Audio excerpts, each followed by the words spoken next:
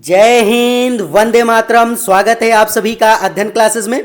तो आज से यहाँ पर हिंदी के प्रैक्टिस सेट की मैं सीरीज यहाँ पर स्टार्ट कर रहा हूँ और इस सीरीज में टोटल हिंदी के 15 प्रैक्टिस सेट मैं आप लोगों के साथ डिस्कस करने वाला हूँ। तो ये जो प्रैक्टिस सेट है ये डेली आपको मॉर्निंग में 10 बजे मिल जाया करेगा। तो आप लोग चैनल को सब्सक्राइब कर लीजिए जिससे कि आने वाले जो वीडियोज़ हैं वो आपसे ना मिस हों। तो चलिए यहाँ पर स्टार्ट करते हैं। इस प्रैक्टिस सेट जो ये सीरीज होने वाली है उसका यहाँ पर ये प्रैक्टिस सेट 1 है आज हिंदी का। चलिए यहाँ पर पहला क्वेश्चन है, देख लेते हैं कि भाषा के संबंध में कौन सा कथन यहाँ पर सही नहीं है। आपको ये बताना है कि भाषा के संबंध में कौन सा यहाँ पर कथन सही नहीं है। तो ए ऑप्शन है कि भारत की भाषिक विविधता एक जटिल चुनौती है। बी ऑप्शन है कि बहुभाषिकता बच्चों की अस्मिता का निर्माण करती है। सी ऑप्शन है कि भाषाएं आपस में संपर्क संवाद करती हैं।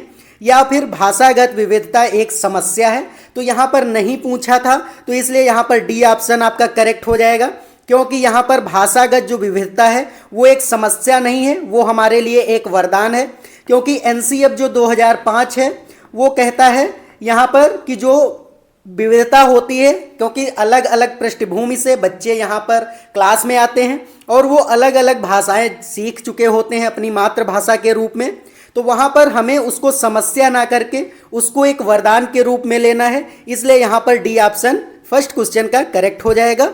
सेकंड क्वेश्चन है कि नेहा अपनी बात कहते समय अपनी मातृभाषा के शब्दों का प्रयोग करती है, आप वहाँ पर क्या करेंगे।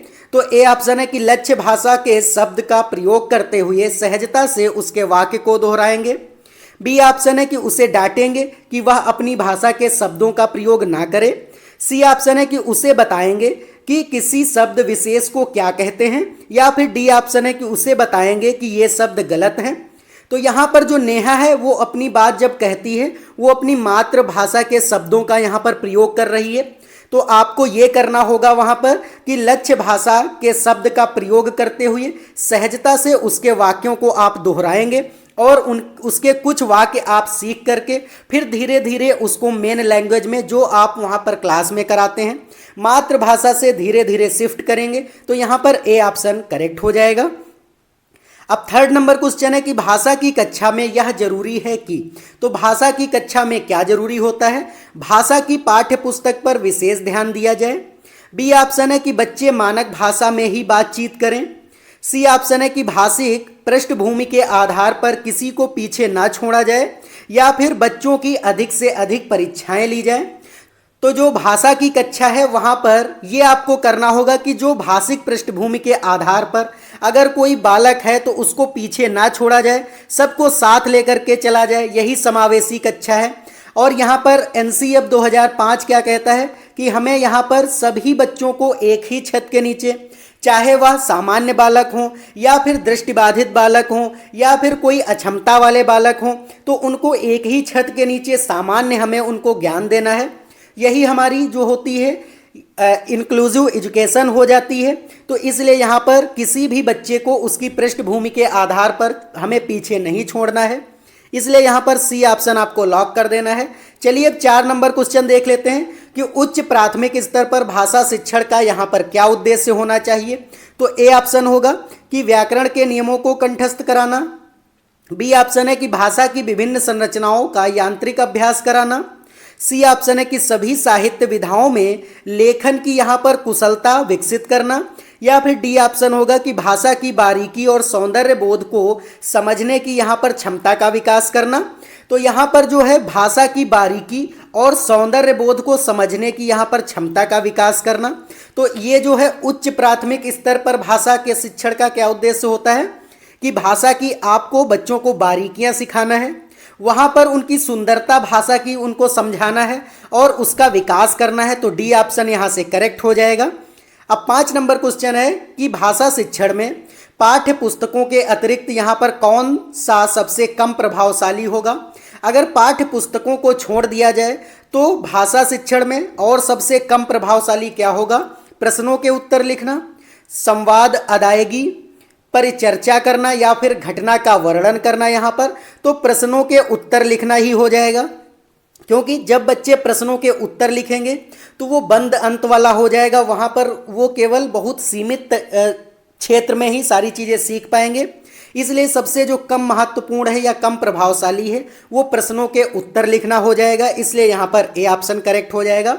उम्मीद है आपको ये सारी चीज़ें समझ में आ रही होंगी, सारे क्वेश्चंस अच्छे लग रहे होंगे। अगर आपको ये वीडियो अच्छा लग रहा है तो वीडियो को लाइक कर दीजिए और नए हैं चैनल पर तो इसको सब्सक्राइब जरूर कर दीजिए, क्योंकि इस सीरीज़ में मैं आपको पूरे 15 प्रैक्टिस सेट कराने वाला हूँ। अगर आप ये पूरे 15 प्रैक्टिस सेट देख लेंगे तो आपके हिंदी जो पेडागोजी से क्वेश्चंस बनते हैं या फिर गद्यांश और पद्यांश से बनते हैं तो यहाँ पर आपको काफ़ी हेल्प होने वाली है कि हमें यहाँ पर हिंदी पेडागोजी के कैसे क्वेश्चंस टैकल करने हैं एग्जाम में, और वहाँ पर गद्यांश और पद्यांश के क्वेश्चंस अगर मिलेंगे तो हमें उनको कैसे वहाँ पर सॉल्व करना है।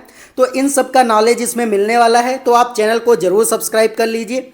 अब 6 नंबर क्वेश्चन है कि हर व्यक्ति को मैंने ही सच्चाई दिखाई वाक्य पर चर्चा करने का यहाँ पर उद्देश्य क्या है। बच्चों को संज्ञा के प्रयोग का ज्ञान कराना। बी है कि बच्चों को सर्वनाम के प्रयोग का ज्ञान कराना। सी है बच्चों को क्रिया के प्रयोग का ज्ञान कराना, या फिर बच्चों को भाषा के नियमबद्ध प्रकृति की पहचान और उसका विश्लेषण करना यहाँ पर सिखाना। तो क्या हो जाएगा, यहाँ पर चर्चा और वाक्य की चर्चा यहाँ पर करने का क्या उद्देश्य है कि बच्चों को भाषा के नियमबद्ध प्रकृति की पहचान कराना और उसका विश्लेषण करना सिखाना। तो डी ऑप्शन ही करेक्ट हो जाएगा। इसलिए 6 क्वेश्चन जो है उसका डी ऑप्शन यहाँ पर करेक्ट हो जाएगा। अब यहाँ पर 7 नंबर क्वेश्चन है कि लेखन क्षमता का विकास करने के संदर्भ में आपके लिए सबसे अधिक यहाँ पर महत्वपूर्ण क्या होगा। अगर आप लेखन क्षमता का विकास कर रहे हैं बच्चों में तो आपके लिए यहाँ पर क्या अत्यधिक महत्वपूर्ण है। सुंदर लेखन का अभ्यास कराना आपके लिए महत्वपूर्ण है, या फिर मानक वर्तनी का प्रयोग कराना, सुनी पढ़ी और समझी हुई बातों को स्वाभाविक या फिर लिखित अभिव्यक्ति वहाँ पर कराना, या फिर दिए हुए बिंदुओं और निर्देशों के आधार पर वहाँ पर निबंध आपको लिखवाना। तो यहाँ पर सुनी पढ़ी और समझी हुई बातों का स्वाभाविक लिखित अभिव्यक्ति आपको करानी है। तो यहाँ पर क्या होगा कि बच्चों ने जो चीज़ें वहाँ पर सुनी होगी या पढ़ी होंगी और या फिर आपने जो चैप्टर में पढ़ाया होगा, जब उन्होंने कुछ समझा होगा, उनको अगर वो लिखेंगे, अपनी अभिव्यक्ति वहाँ पर जाहिर करेंगे, अपने विचार वहाँ पर लिखेंगे, तो ये सबसे अच्छा तरीका है, सबसे महत्वपूर्ण यहाँ पर तरीका हो जाएगा। इसलिए सी ऑप्शन यहाँ पर लॉक कर देना है आपको। अब 8 नंबर क्वेश्चन है कि भाषा की पाठ्य पुस्तकों में हिंदीतर भाषाओं को यहाँ पर भी जगह मिलनी चाहिए। इस कथन के समर्थन में कौन सा यहाँ पर तर्क काम करेगा। अगर भाषा की एक पाठ्य पुस्तक में अगर हिंदीतर भाषाओं को जगह मिलनी चाहिए तो इस कथन में समर्थन किसका यहाँ पर तर्क काम करेगा। तो इससे भाषाओं के बीच द्वंद्व नहीं होगा। बी ऑप्शन है कि इससे भाषागत विविधता को सही रूप से संबोधित किया जा सकता है। सी ऑप्शन है कि इससे भारत की सभी भाषाओं को स्थान दिया जा सकेगा, या इससे त्रिभाषा सूत्र का यहाँ पर पालन किया जा सकेगा। तो आपको याद रखना कि इससे भाषागत विविधता को सही रूप में यहाँ पर संबोधित किया जा सकता है। इसलिए यहाँ पर बी ऑप्शन करेक्ट हो जाएगा। और दोस्तों यहाँ पर मैं ये डी वाला जो पॉइंट है इसको भी डिस्कस करा देता हूँ कि जो त्रिभाषा सूत्र होता है इसमें कौन कौन सी भाषाएं होती हैं, क्योंकि बच्चे इसमें कंफ्यूज हो जाते हैं कि त्रिभाषा में कौन कौन सी यहाँ पर भाषाएं होती हैं। तो पहले नंबर पर क्या होता है, मातृभाषा होती है। तो आपको याद रखना है कि मातृभाषा होती है। दूसरी हिंदी या फिर क्या हो सकती है, यहाँ पर अंग्रेजी हो सकती है, हिंदी या फिर अंग्रेजी हो सकती है, या फिर और तीसरी क्या हो सकती है, जो मानक भाषा हो जाएगी, जैसे कि जो उस क्षेत्र में वहाँ पर चलाई जाती है। कोई स्टैंडर्ड लैंग्वेज आपको सिखाना हो तो वो आप यहाँ पर सिखा सकते हैं। तो ये त्रिभाषा सूत्र में 3 लैंग्वेज यहाँ पर बताई गई। पहली मातृभाषा, दूसरी हिंदी या अंग्रेजी में से कोई एक आप सिखा सकते हैं, तीसरी यहाँ पर कोई एक स्टैंडर्ड लैंग्वेज आप सिखा सकते हैं बच्चों को। तो ये त्रिभाषा सूत्र है। उम्मीद है आपको ये समझ में आ गया होगा। तो यहाँ पर जो 8 नंबर क्वेश्चन है उसका बी ऑप्शन यहाँ पर करेक्ट है। चलिए अब 9 नंबर क्वेश्चन देख लेते हैं कि पूरक पठन सामग्री का यहाँ पर उद्देश्य क्या होता है। भाषा की नियमबद्धता को सिखाना। बी ऑप्शन है कि शिक्षक की सहायता से बच्चों को पढ़ना लिखाना या फिर पढ़ना सिखाना यहाँ पर। सी ऑप्शन है कि द्रुत गति से पठन की योग्यता का विकास करना या फिर सहपाठियों की सहायता से पढ़ना सीखना।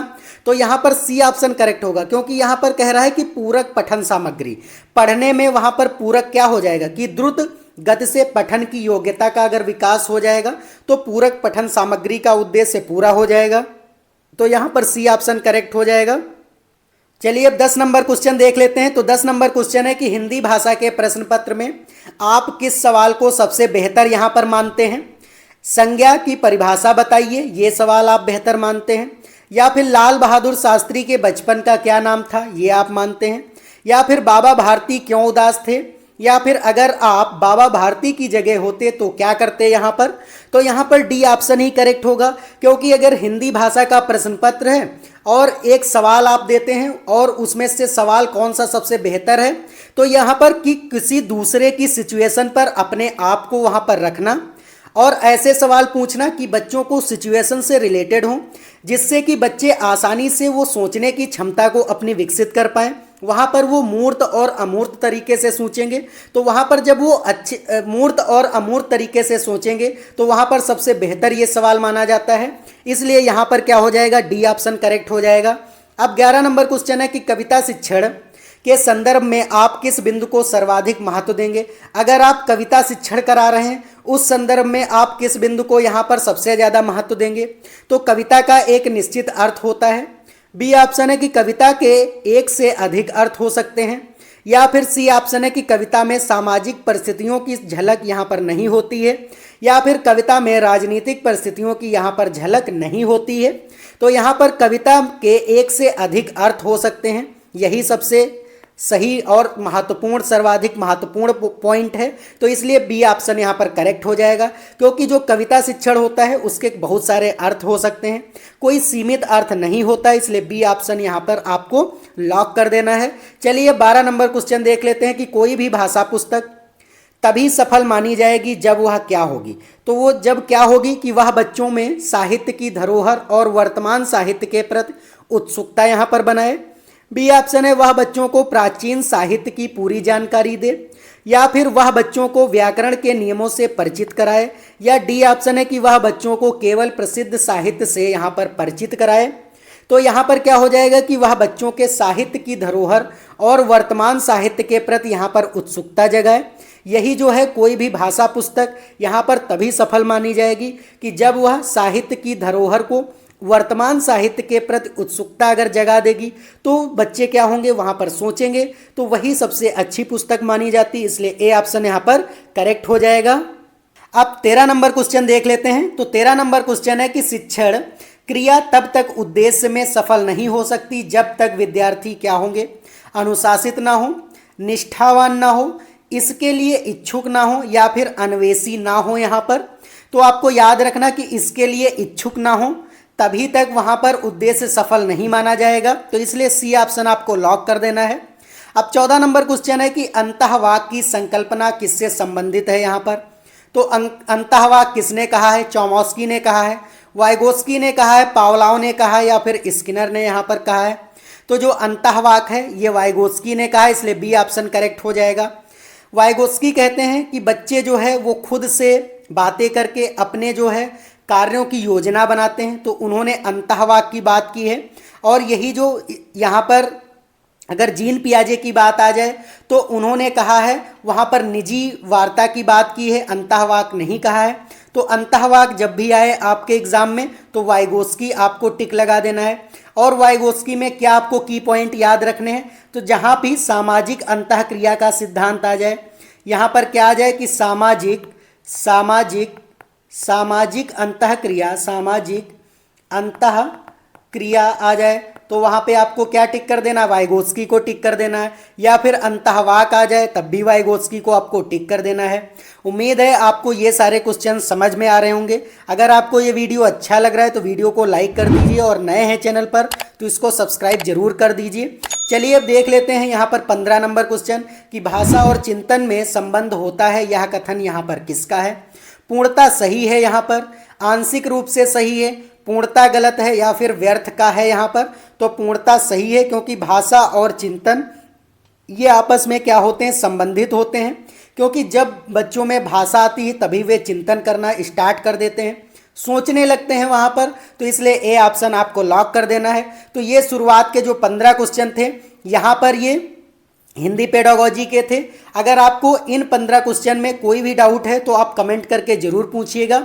अब यहाँ से आपके गद्यांश और पद्यांश के जो आगे के क्वेश्चन 15 होने वाले हैं वो होंगे। तो यहाँ पर सबसे पहले हम गद्यांश पढ़ लेते हैं, उसके बाद यहाँ पर हम क्वेश्चंस इसके करेंगे। तो चलिए देख लेते हैं गद्यांश क्या है। तो गद्यांश है कि 22 दिसंबर 1939 को श्री धन सिंह नागरकोटी का घर रिसने लगा। मल्ली ताल के दाईं ओर बने कुछ घर भी रिसने लगे। जाड़ों के दिनों में रिसना कम ही होता था, पर अब की पता नहीं क्यों पहाड़ी पर बने घरों में भी इस रिसाव के कारण ठंड का प्रभाव कुछ ज़्यादा ही होने लगा। संतोष की बात थी कि शाम तक पानी का जोर हल्का पड़ने लगा, पर रात को जो बर्फ गिरनी शुरू हुई तो अगले 2 दिन तक थमने का नाम ही नहीं लिया।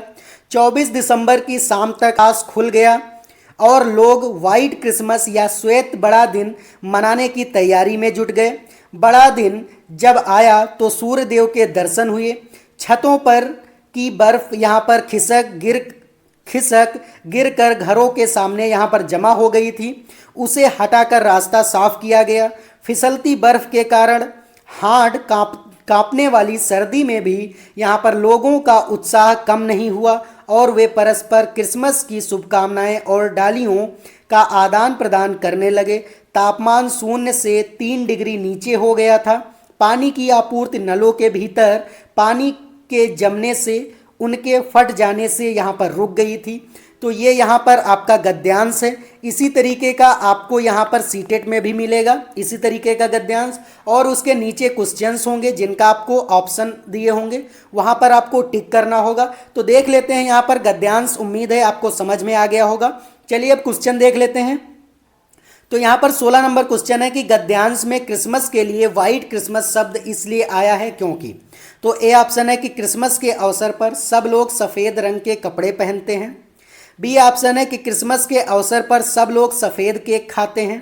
क्रिसमस के अवसर पर बहुत बर्फ पड़ी थी, या फिर क्रिसमस का असली नाम यहाँ पर यही है। तो अभी आपने गद्यांश पढ़ा है, तो यहाँ पर कहा गया है गद्यांश में क्रिसमस के अवसर पर बहुत बर्फ पड़ी थी, इसलिए यहाँ पर सी ऑप्शन आपको लॉक कर देना है। अब यहाँ पर गद्यांश से 17 नंबर क्वेश्चन है कि जाड़े के दिनों में पानी का रिसना क्या हो जाता था। हमेशा ज़्यादा होता है, इस बार ज़्यादा था, कभी कभी होता था, या फिर इस बार कम था। यहाँ पर तो क्या हो जाएगा, इस बार ज़्यादा था, क्योंकि अन्य जाड़ों के दिनों में क्या होता था, पानी का रिसना कम होता था, लेकिन इस बार ज़्यादा है, यही गद्यांश में कहा गया, इसलिए बी ऑप्शन आपको करेक्ट कर देना है। अब 18 नंबर क्वेश्चन है कि संतोष की बात क्या थी यहाँ पर। तो शाम को ठंड का प्रभाव ज़्यादा नहीं था, सुबह ठंड का प्रभाव बिल्कुल नहीं था, या शाम को बारिश रुक गई थी, या फिर शाम को बारिश कम होने लगी थी। यहाँ पर तो शाम को बारिश कम होने लगी थी, यही यहाँ पर गद्यांश में कहा गया है, इसलिए डी ऑप्शन आपको लॉक कर देना है। अब 19 नंबर क्वेश्चन है कि गद्यांश के अनुसार बर्फ कब से गिरनी यहाँ पर शुरू हो गई थी। 22 दिसंबर की शाम से, 22 दिसंबर की सुबह से, 24 दिसंबर की शाम से, या फिर 24 दिसंबर की यहाँ पर सुबह से। तो गद्यांश में कहा गया है कि 22 दिसंबर की शाम से यहाँ पर बर्फ गिरना शुरू हो गई थी, तो इसलिए ए ऑप्शन यहाँ पर करेक्ट हो जाएगा। अब 20 नंबर यहाँ पर क्वेश्चन है कि पानी की आपूर्ति क्यों नहीं हो पाई। पानी पर्याप्त मात्रा में नहीं था, पानी नलों में जम गया था, या फिर पानी फट गया था, या फिर बर्फ धीमी गति से यहाँ पर पिघल रही थी। तो पानी नलों में जम गया था, इसलिए उसकी आपूर्ति हो गई थी, इसलिए बी ऑप्शन आपको करेक्ट कर देना है। अब 21 नंबर क्वेश्चन है कि गद्यांश के आधार पर कहा जा सकता है कि पहाड़ों का जीवन आसान है, पहाड़ों पर हमेशा त्यौहार मनाए जाते हैं, या फिर पहाड़ों पर जीवन व्यतीत करना कठिन होता है, या फिर पहाड़ों पर हमेशा बर्फ यहाँ पर जमी रहती है। तो यहाँ पर पहाड़ों पर जीवन व्यतीत करना कठिन होता है, यही गद्यांश में कहा गया है, इसलिए सी ऑप्शन यहाँ पर करेक्ट हो जाएगा। अब यहाँ पर 22 नंबर क्वेश्चन है कि हाड़ कपाने वाली सर्दी से यहाँ पर क्या से है। होंठ कांपने वाली सर्दी, हाथ कपाने वाली सर्दी, सिर कपाने वाली, या फिर हड्डी कपाने वाली। तो यहाँ पर हड्डी कपाने वाली सर्दी यहाँ पर हो जाएगा। हाथ कांपने वाली यहाँ पर क्या है, सर्दी का है कि हड्डी कपाने वाली सर्दी, इसलिए डी ऑप्शन आपको लॉक कर देना है। अब 23 नंबर क्वेश्चन है उत्साह शब्द क्या है। भाववाचक संज्ञा है, सकर्मक क्रिया है, गुणवाचक विशेषण है, या फिर संबंधवाचक यहाँ पर विशेषण है।